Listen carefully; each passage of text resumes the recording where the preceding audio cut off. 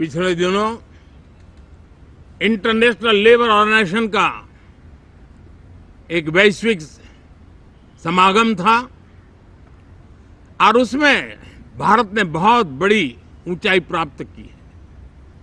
ILO का कहना है कि 90 करोड़ से ज्यादा लोग भारत में अब सोशल सिक्योरिटी के दायरे में हैं।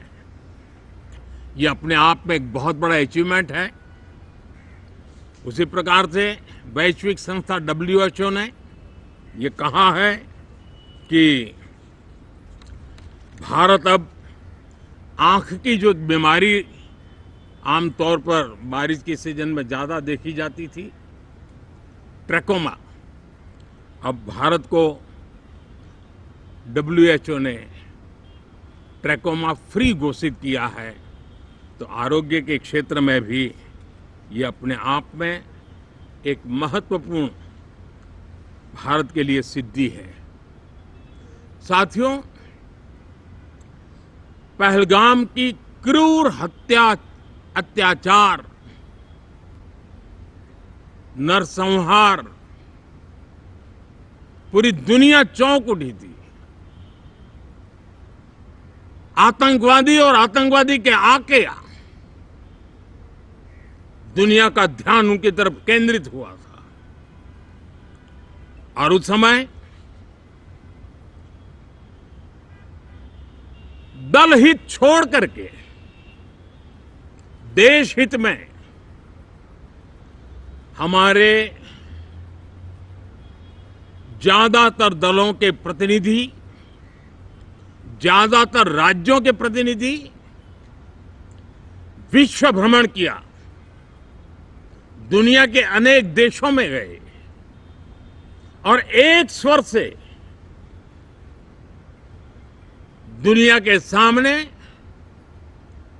आतंकवादियों का आका पाकिस्तान को बेनकाब करने का एक बहुत सफल अभियान चलाया। मैं आज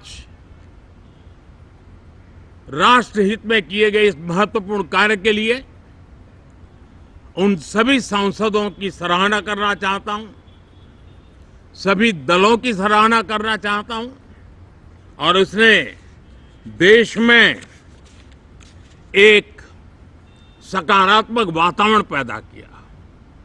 विश्व ने भारत की बात को स्वीकार करने की दिशा में अपने मन के द्वार खोले और इसके लिए ये हमारे सांसदगण, हमारे राजनीतिक दल सराहना करने के मेरे लिए सौभाग्य है। साथियों,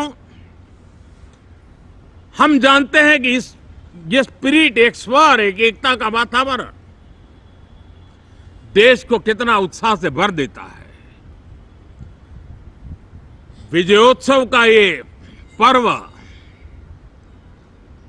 इस मानसून सत्र में भी उसी भाव से प्रकट होगा। देश की सैन्य शक्ति को सराहना करेगा, देश के सामर्थ्य का गौरवगान करेगा और देश के 140 करोड़ नागरिकों को नई प्रेरणा का कारण बनेगा। मुझे विश्वास है कि हम सब मिलकर के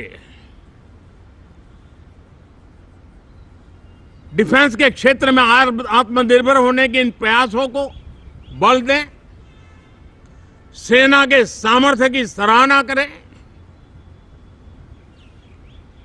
और मैं आज देशवासियों के सामने जरूर कहूंगा और देश के राजनीतिक दलों से भी कहूंगा कि देश ने एकता की ताकत देखी है, एक स्वर का सामर्थ्य क्या होता है देखा है। तो सदन में से भी सभी माननीय सांसद उसको बल दें, उसको आगे बढ़ाएं और मैं जरूर कहूंगा, राजनीतिक दल अलग अलग हैं, हर एक का अपना एक एजेंडा है, अपनी एक भूमिका है, लेकिन मैं इस वास्तविकता को स्वीकार करता हूं कि दल हित में मत भले न मिले, लेकिन देश हित में मन जरूर मिले। इसी एक भावना के साथ इस मानसून सत्र से देश के विकास यात्रा को बल देने वाले, देश की प्रगति को बल देने वाले, देश के नागरिकों को सामर्थ्य देने वाले अनेक विधेयक प्रस्तावित हैं। सदन विस्तृत चर्चा करके उसको भी पारित करेगा। मेरी सभी माननीय सांसदों से उत्तम डिबेट चलाने के लिए शुभकामनाएं हैं। बहुत बहुत धन्यवाद।